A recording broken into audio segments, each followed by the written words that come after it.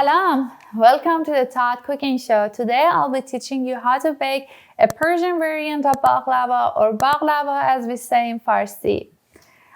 This delicious pastry dessert has many different origins depending on which country is telling you the story. One version states that the origin of baklava dates as far back to the 8th century BC during the reign of Assyrian Empire. Over 1,000 years, this delicious dessert has evolved, resulting in the modern version, which is thought that have been perfected during the Ottoman Empire. Since then, many cultures have added their influence to this delicious dessert, like Arabs, Greeks, Armenians, Turks, Persian, etc. The Persian influence on baklava is thought to include the diamond shape, which I'll be showing in future episode how to bake that one, as well as nutty stuffing, which was flavored with jasmine. Also, the modern version has spices like cinnamon and cardamom, and the syrup is flavored with the rose water and also orange blossom. Enough with the background. Now I'm going to teach you how to bake my own version, and which is easy and really quick recipe, and it's guaranteed to be very delicious. Let's start it.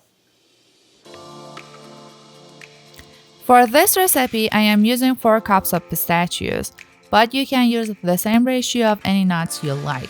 Almond, walnut, pistachio, or even the mixture of the nuts will go great. Using a food processor, grind the pistachios into a coarse powder.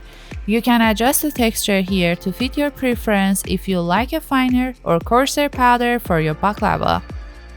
After achieving the desired texture for your pistachios, transfer to a mixing bowl and add 1 teaspoon of cardamom to the powdered nuts. I also add about 1 tablespoon of cinnamon to the mixture.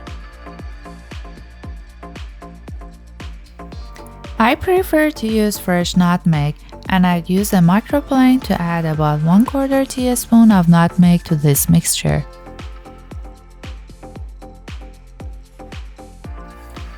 For providing a nice flavor, I am zesting the skin of 1 lemon with microplane. Since I had orange in my fridge, I also zested the skin of 1 orange, which is optional.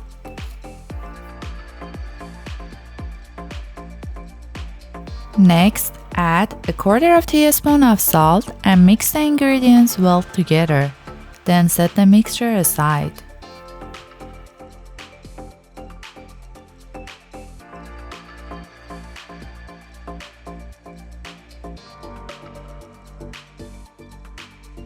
For this recipe, I am using a store-bought phyllo dough. When you are purchasing a phyllo dough, make sure to buy the thin phyllo dough and read the box description. Thin phyllo dough is meant for making dessert, while the thick phyllo dough is mainly used for cooking savory foods like borek. Thaw your phyllo dough pastry to the room temperature.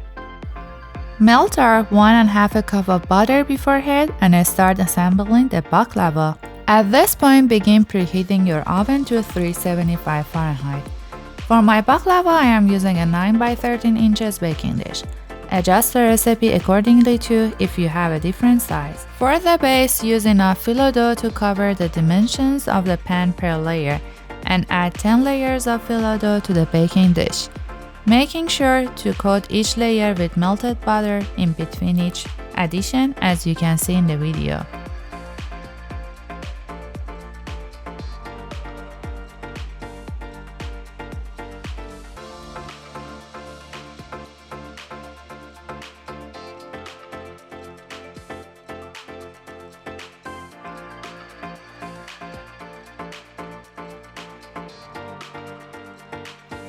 After adding the first 10 layers of phyllo dough, add 1/3 of the nut mixture and gently use a spatula to spread it evenly over the top of the phyllo, taking the effort not to tear the dough underneath.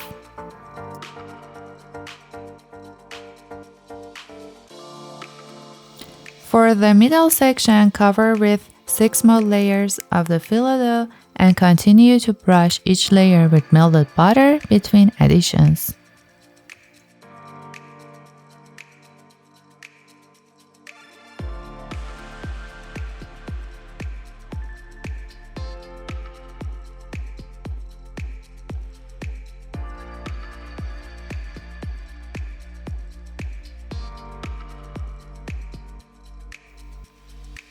After adding 6 layers of the phyllo dough, now add the second 1/3 of the nut mixture and repeat the process of adding 6 sheets of phyllo dough, buttering them, and adding the last 1/3 of the nut mixture to finish the middle.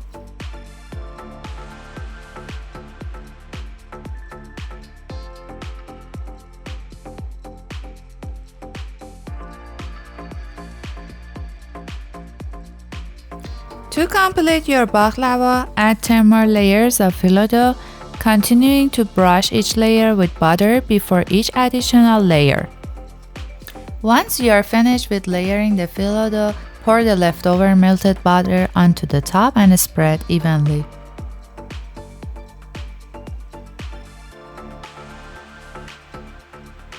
Before baking, cut the baklava to the desired shape. I like to cut them triangular, as you see in the video.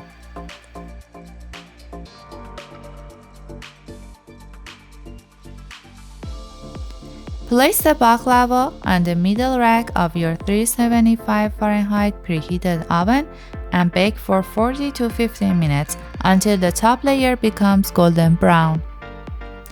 While the baklava is cooking, begin to prepare the syrup. For syrup, we add 1 cup of water to our saucepan. Then we add 1 cup of sugar with half a cup of honey to it.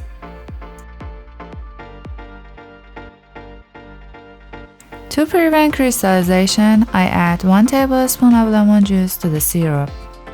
To increase the flavor and aroma of baklava, add 3 cardamom pods along with 2 pinches of saffron threads to the syrup, and continue to simmer on low heat for additional 5 to 7 minutes.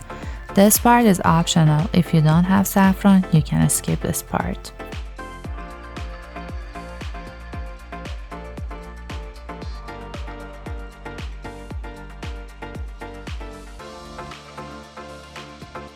Remove the syrup from heat and carefully transferring it to the pouring vessel. Then, after transferring it, add 1 tablespoon of orange blossom water to the syrup. I also like to add 1 tablespoon of the rose water to the syrup as well, and stir to mix. Then allow the syrup to cool down to the room temperature.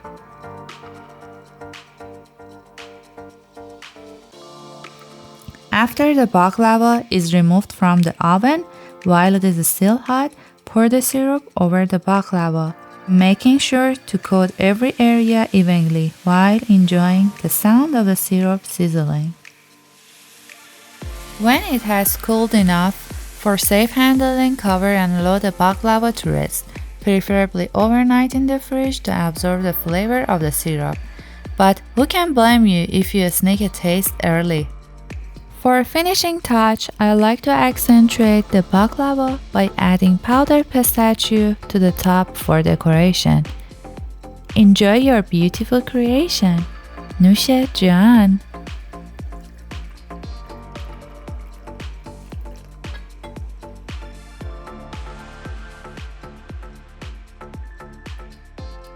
Super delicious.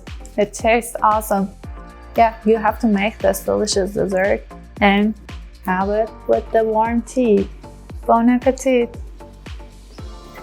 Thank you for watching the baklava episode, and I hope you like it and you learn how to make this delicious dessert.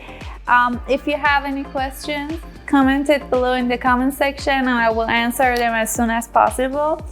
And please don't forget to like and subscribe to my channel. By your support, I will get motivation to produce more content and show you more about my culture and background. Thank you. Stay tuned.